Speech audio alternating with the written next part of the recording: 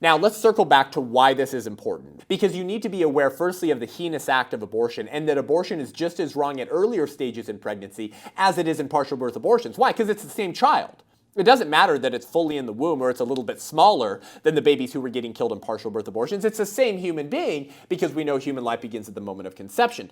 But partial birth abortion exposes the debauched moral vision of the Democratic Party. And this gets at the strategy of the pro-abortion left in how they maintain their ideology. What do I mean by that? Well, they simply filter out of sight any recognition of a separate human being bearing the injuries of choice, right? They simply pretend to believe that there is no child. There is no human being whose existence matters in the womb, or in this case, halfway outside of the womb. And they've been doing this for years, sticking their head fully in the sand and denying the existence of an external reality, that humans are humans and these babies are babies. Here's the strategy of the pro-abortion left, and here's how, in understanding that strategy, you can respond to it, expose pro-abortion bigotry, and force pro-aborts to deal with the philosophical foundation of their worldview. Okay, allowing partial birth abortion to pass and become law under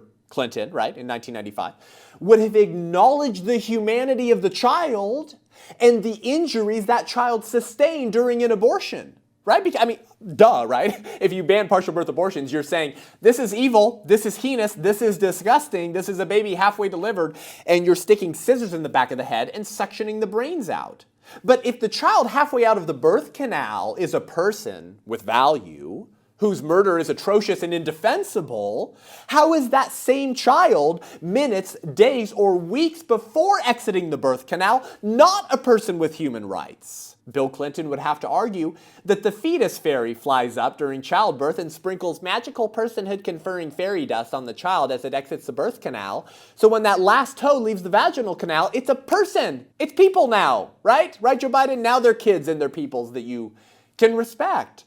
Of course, this is intellectually untenable.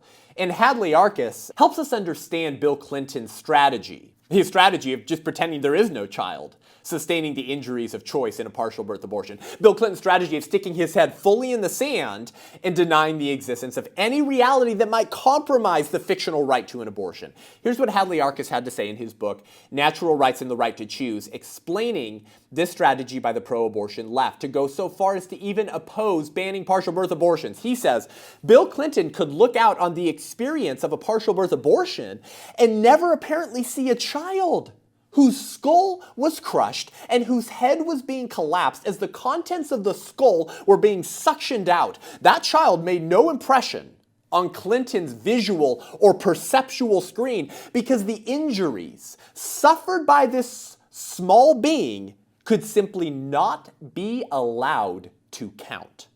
Both the victims and the injuries had to be filtered out by the theory that came along with abortion rights. For that notion of rights could not be sustained while there was any recognition of a separate human being suffering injuries that were lethal. Hadley Arkes hits the nail on the head.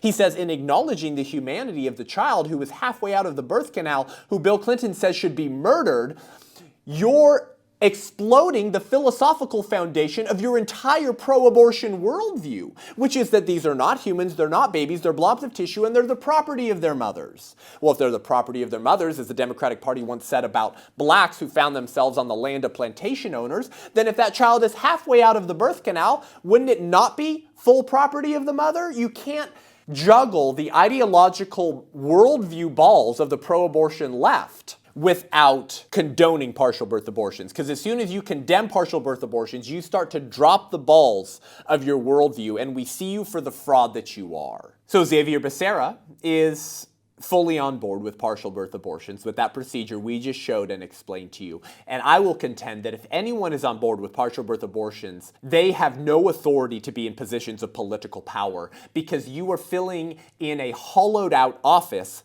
by denying the premises of this republic which your office was built upon and was built to protect and recognize, the natural rights of human beings, which begin with the right to life. If you support murdering infants who are essentially out of the birth canal, you have abdicated any type of political or moral authority to hold any type of political office.